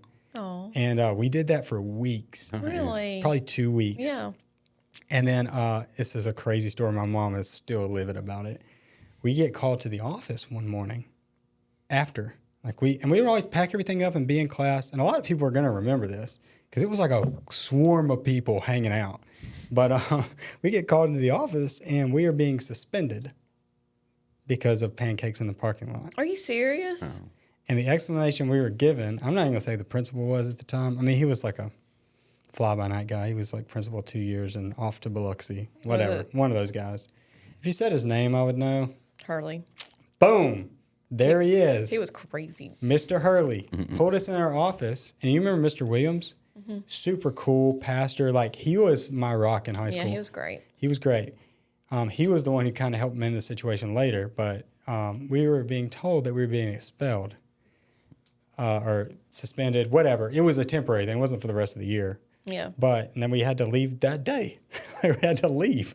And I was just like, I was a little dumbfounded. Corey Reed was absolutely livid and took his Camaro and were like doing donuts in the parking lot and left. Smoked them. So I tell my mom about it, and all our parents know each other. We all played soccer too. It's kind of like a common thread in this. We played soccer from when we were little. So my mom gets on the phone with all the other moms, and next thing I know, I'm told I can go back to school tomorrow. So apparently they got on the phone with Mr. Williams. Took care of it. Mr. Williams, I don't know if he just he was really good at like mending problems and like. He was a very like soft-spoken, quiet person, but he was very, very nice, and I thought he was a good principal. Mr. Williams was awesome, but where was I going with that? I don't know. We were talking. Pancakes. I remember. I kind of remember one of the things we were told in that principal's office was that we didn't have permission, obvious, right? Like, technically, you're not supposed to. They would have told you no. Huh? You know they would have told you no if you were like, hey, we want to sell pancakes. No. We weren't even selling them. We were just taking donations. They were like, look, technically, you can't do any, like, unapproved money taking, I guess in their mind, they're thinking like, hey, these are kids. Maybe they're pocketing the money. Maybe they're giving some of it. Yeah. We were giving all of it to Keaton. Now, hopefully Keaton was taking it home. I'm sure he Keaton was. I know Keaton Pope was taking it home. But anyways, but the very last thing that I think was the crux was nobody was eating breakfast in the cafeteria. Oh, really? Oh man, Nobody. That's funny. And it was like normally packed with paying customers. And, you know, even though you're not paying, if you get a free lunch, that's still getting reported. And that's how they're getting some funding, whatever. Yeah, they need that reflection. So that was actually, I think, the biggest It's thing. ran by an independent company, the actual cafeteria. Yeah. So if that cafeteria ain't getting paid, then that independent company is going to be like, well, how about we just don't do business with George County High School no more? Yeah, well, they were like, the story, I guess, that. goes like they were just like, hey, where is everybody? And the lunch ladies will walk outside and they're like, it's like a concert going on with free food. And but really I still like hold that time close to my heart because it was, number one, it was for a good cause. But number two, that was fun, dude. Yeah. You want to talk about fun, like jamming in the parking lot? But, That's cool. Anyway, there's a rapid fire. And then fashion choices that you probably would not make today that you made in high school. I feel like John's dressed just like he dressed. Yeah, pretty much. Yeah. I mean, my clothes are a little bit nicer than, my quality's improved a little bit, but. Other than that, Yeah. pretty much the same. Yeah, I had white and blue. I think mine are in the skateboard middle shoes. school era, right? Like high school, I had kind of fleshed it out. In fact, I always wore like soccer joggers and probably a soccer T-shirt or something. I mean, we had uniforms too, though, so we didn't really have that luxury in high school. But in middle school, I remember wearing short sleeve American Eagle button-ups. Did you wear the double polos? No, Oh, my God. Oof. never. Okay, good. Mainly because my mom was I not. saw a lot of people wear the double polos, 2 polos. They put 2 polos on and then they would pop the collar. What the heck? That's insanity. Yeah. You were No, I promise, swear. because here's the thing. Like, me and my brother were scratching and clawing to get the clothes we had. Like, we couldn't get Abercrombie or Hollister, but when Mom was like, okay, you can get some American Eagle, we're like, okay, we better get it. Well, she's saying yes. And, like, there was no 2 polos. There was 1 polo, 1 button-up, and 1 T-shirt. Yeah. Yeah. I didn't wear all that stuff. And I'm trying to think, like, I'm ripped proud up of you. jeans was a thing. And I think, my mom was just, like, not about it. No. She was just like, I'm not buying you. I'll buy you some Walmart jeans and we can rip them. Yeah. She's like, I'm not paying $90 for these Even Hollister. whenever I got my own job and had to buy my own clothes, I was still like, yeah, Walmart's pretty good. I was America Thrift Store. I loved thrifting though back then. Yeah. I just would find We were a TJ Maxx unique family. stuff, and I liked being unique, especially in high school. Yeah. We were Walmart, Kmart, Blue Light Special. Yeah. That's where we were at. Yeah, our mom went to Goodies, if you remember I Goodies. do remember that. Yeah, Goodies was like a Belk, but like it was right. poor Belk. It's where the Yeah. Goodwill is now. Yeah, poor Belk. I mean, it was like they had all of last year's stuff. It was almost like, that's why I like TJ Maxx to this day. Like I got these pants for like $8. Yeah. Yeah, America Thrift Store in Ocean Springs. I remember shopping there when I was a kid a lot. Yeah. I'm trying to think of any other. What about shoes? Were there weird shoes that we wore back then? Oh, I had some pretty rad old. I had like these yellow banana looking Nikes Yes, that you you did. zipped up over the strings and it just looked Lord. like a bright yellow shoe. Heelys. Oh Oh yeah, those were cool. I never got any. No. I didn't either. I didn't have wanted them, but them, I saw but- kids with them, and it became a problem at the middle school. Yeah, I remember the soaps. Do you remember the soap shoes? Those came out before the Heelys. So basically, it was like you just had like this hard piece of plastic in the center of it, and you would run and you would slide across it with these shoes. You would just bam, plant on it with Those like were some banned. wax. Did you have a pair of those? No, but I mean, I pretty much like we would make our own kind of thing. Do you remember Clark's? I was going to say I had a pair of I don't think it was Clark's. Maybe it was. Birkenstocks and Clark's. I do remember both of those. Yeah. Birkenstocks are making a comeback. My daughter Sperry's. loves them. That's what I'm actually thinking Oh of. gosh, those stupid sailor shoes. Yeah, I had a really cool pair. They were like, it was like on the side of it was like artsy, like splattered, and then pink, and then I like the Sperry's a lot better than the Birkenstocks. I like them never had better the than Clarks Birkenstocks. too. The Clarks are ugly to me. And they have that weird like raised heely. It's not a heel. It's the whole shoe. It's just like you're asking to break your ankle. It still blows my mind that Crocs are still as big as they are. But they were gigantic at one point. Like everybody had Crocs. I've never had a pair. Me neither. I hate them. Neither have I, but I have had a pair of Croc like flip flops, and they were so comfortable. I had Chacos, and in college, because that was like a big thing in college. Like everybody had Chacos. You remember those? They're sandals. They're like, you see them still. They're like just like a rope almost, like Jesus sandals in a way. No. I like Chacos better because they're not going to fall off your feet. If you had to run, you I can. think Rainbow was the big flip flop thing. Yeah, Rainbow was big. I I hate didn't flip have those flops. though. Hate I flip always flops. had like the strap across the foot. Yeah. Anyway, guys, raise your vibration, unlike what we're doing at the moment. Yeah.